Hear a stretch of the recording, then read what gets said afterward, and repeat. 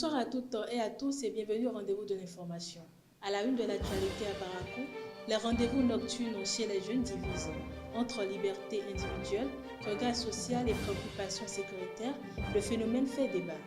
À Bamako, les chefs d'État du Mali, du Burkina et du Niger renforcent l'alliance des États du Sahel avec l'annonce de projets communs et un engagement renouvelé dans la lutte contre le terrorisme.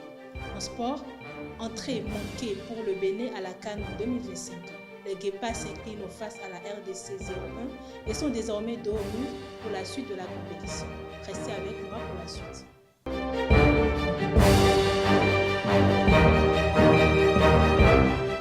Rebonsoir chers internautes, la plupart des jeunes de Barakou fixent le plus souvent des rendez-vous en pleine nuit. Entre liberté individuelle, regard social et questions de sécurité, le sujet divise des intervenants. Certains estiment que ces rencontres sont normales et font partie de la vie des jeunes, tandis que d'autres les jugent inappropriées, voire risquées. Suivez-les au micro de nos reporters. À la question de savoir ce que je pense des sorties nocturnes, moi je dirais naturellement c'est pas bien vu. Même du point de vue général, c'est pas bien vu.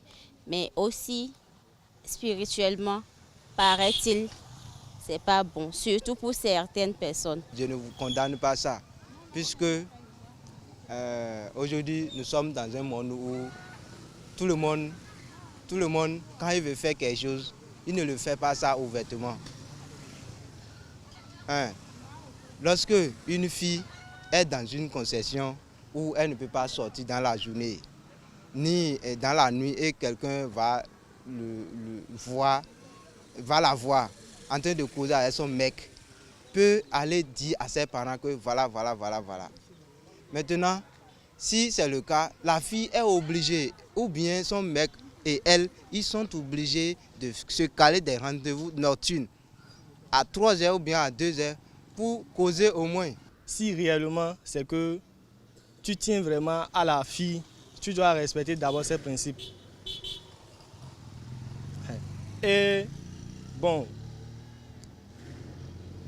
je ne vois pas ce que tu vas dire d'extraordinaire à 0h que tu ne peux pas dire ça à 23h. C'est risqué. Lorsque on s'en va dans d'autres domaines. Parce que une fois qu'un gars vient, il dit s'il te plaît, je vais te voir à telle heure.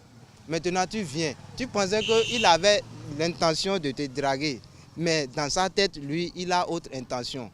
Par exemple, aujourd'hui, il y a des gens qui sacrifient les femmes pour gagner de l'argent. Ça, c'est autre chose. Ça. Mais les rendez-vous nocturnes ont aussi des avantages positifs. Pour certains, sortir à une heure tardive ne dira rien, mais pour d'autres, cela dérange. Déjà pour l'image qu'on a d'eux et pour le côté spirituel aussi.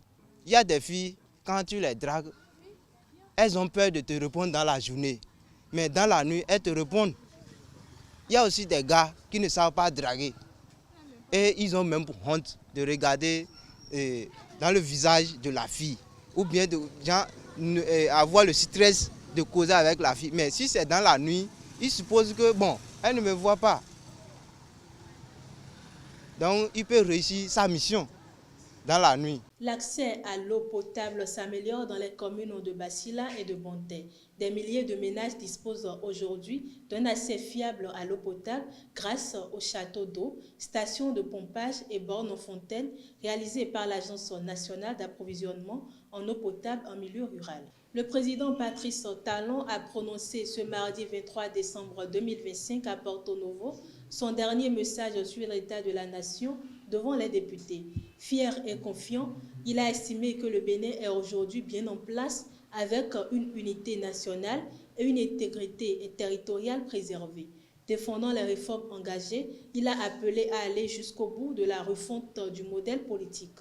Patrice Talon a également rendu hommage aux forces de défense et de sécurité après l'attaque du 7 décembre 2025, saluant la mobilisation nationale.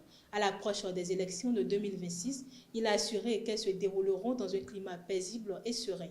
À l'international, réunis à Bamako, les chefs d'État du Mali, du Burkina Faso et du Niger ont achevé mardi 23 décembre 2025 leur deuxième sommet de l'Alliance des États du Sahel.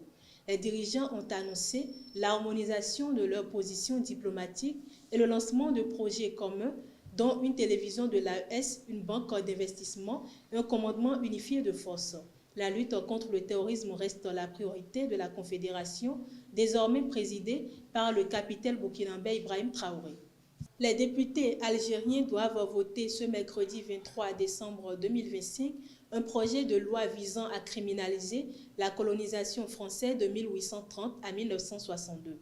Présenté comme un acte de souveraineté, le texte recense les exactions commises durant la période coloniale et prévoit des peines de prison pour toute glorification de cette époque. Il appelle également la France à remettre des archives, notamment sur les essais nucléaires, et à présenter des excuses officielles, condition préalable à une réconciliation mémorielle.